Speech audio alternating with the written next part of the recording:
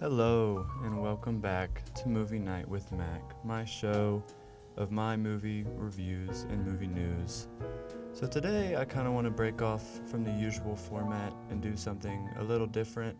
I'll still be sticking to my regular routine with monthly episodes of new releases, but today I want to talk about my top 5 movies from Wes Anderson, one of my favorite filmmakers of all time. When I was first really getting into movies, I think Wes Anderson was really the first director that I really focused on, rather than just watching stuff that looked interesting. I was really attracted to everything with his name on it. His unique sense of style and his eye for filmmaking really stuck out to me, and I think it sticks out to a lot of people. And I wish I could talk about all his movies and where I would rank them compared to each other, but I think for today I'll just talk about my top 5. Obviously, this is 100% completely my opinion as of right now. Some of this will probably change, some of this has changed, but as of right now, I think this is pretty representative of my opinions of his filmography. So let's just get right into it. Starting out at number 5 is The French Dispatch. Maybe it's just the people I've talked to, but The French Dispatch I think is seen by lots of people as one of Anderson's weaker movies.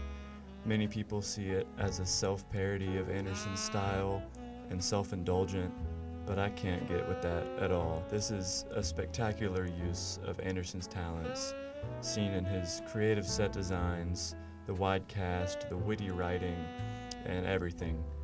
I think an anthology is a great format for Anderson's aesthetic, because I think he's great at creating very original stories, oftentimes with big, great world building, and making them easily digestible. However, with the 3 stories that are told, I definitely think the first one outshines them all.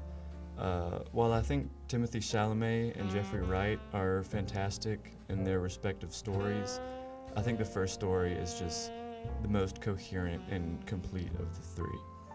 So with that, I am putting The French Dispatch in the number 5 spot. Next up at number 4, I have Asteroid City. This was the first Anderson movie that I got to experience in real time as a diehard Wes Anderson fan. I was keeping up with the casting, the first looks, the trailers, the release dates, everything. So without a doubt, I was very hyped for this release last year. And unsurprisingly, I loved it. I mean, call it recency bias, but I think Asteroid City holds a strong and comfortable spot in the Wes Anderson top 5. For The French Dispatch, I mentioned the large cast, which can really be said about lots of Wes Anderson movies. But Asteroid City is Wes Anderson casting at its peak.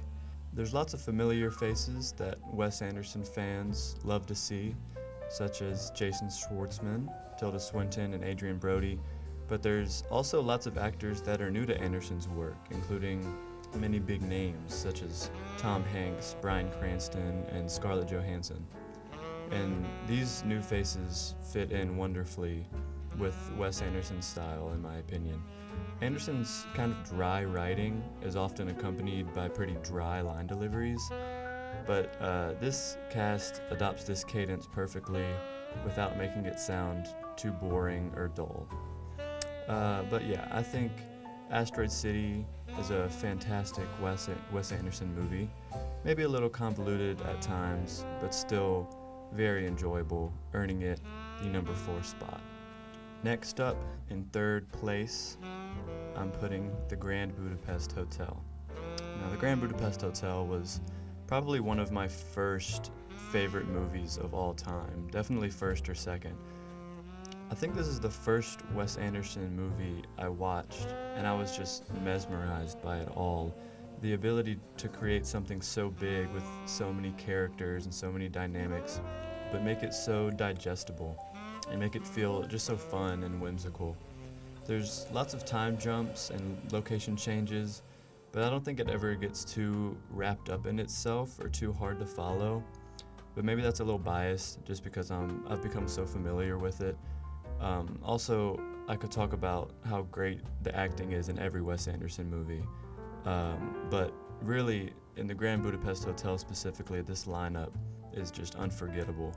Willem Dafoe and Adrian Brody play great antagonists and both characterize evil in their own ways. Ray Fiennes and Tony Revolori have a great dynamic and lots of chemistry as the two protagonists.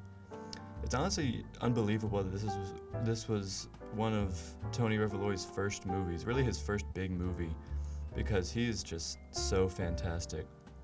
There's also several cameos from Wes Anderson regulars, such as Bill Murray, Owen Wilson, and Jason Schwartzman. A couple years ago, this easily could have been number 2 or even number 1 on this list, but I think Wes Anderson just has so many other movies with stories that are just a little stronger and easier to love, in my opinion. But The Grand Budapest is still a masterpiece, and I'm putting it at number 3. Next up, in second place, I have The Royal Tenenbaums. So I feel like Wes Anderson movies typically all fall into one of two categories. There's the ones that I've previously mentioned thus far that feel almost disconnected from real life, like they could happen in the real world for the most part, but the way they're made makes it feel like another reality, or very theatrical at the very least. And then there's the other category of his movies that absolutely feel like real life. More of it is his earlier work, like Rushmore and Bottle Rocket, but also The Darjeeling Limited and Moonrise Kingdom feel very real and aren't very comparable to something like The Grand Budapest Hotel.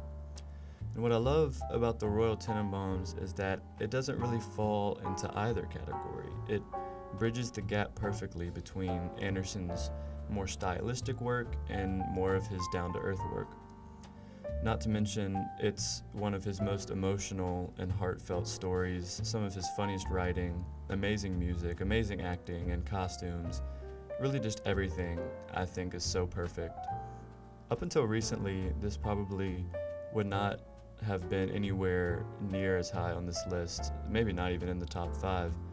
But over time, and with rewatches, it's grown on me a lot, and now I would say it might even be interchangeable with number 1. But for now, I have The Royal Tenenbaums in the number 2 spot.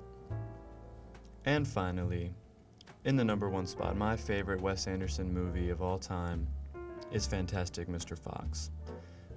Much like The Grand Budapest, this was another one of my first favorites of all time, and I've never loved it any less than the first time I watched it.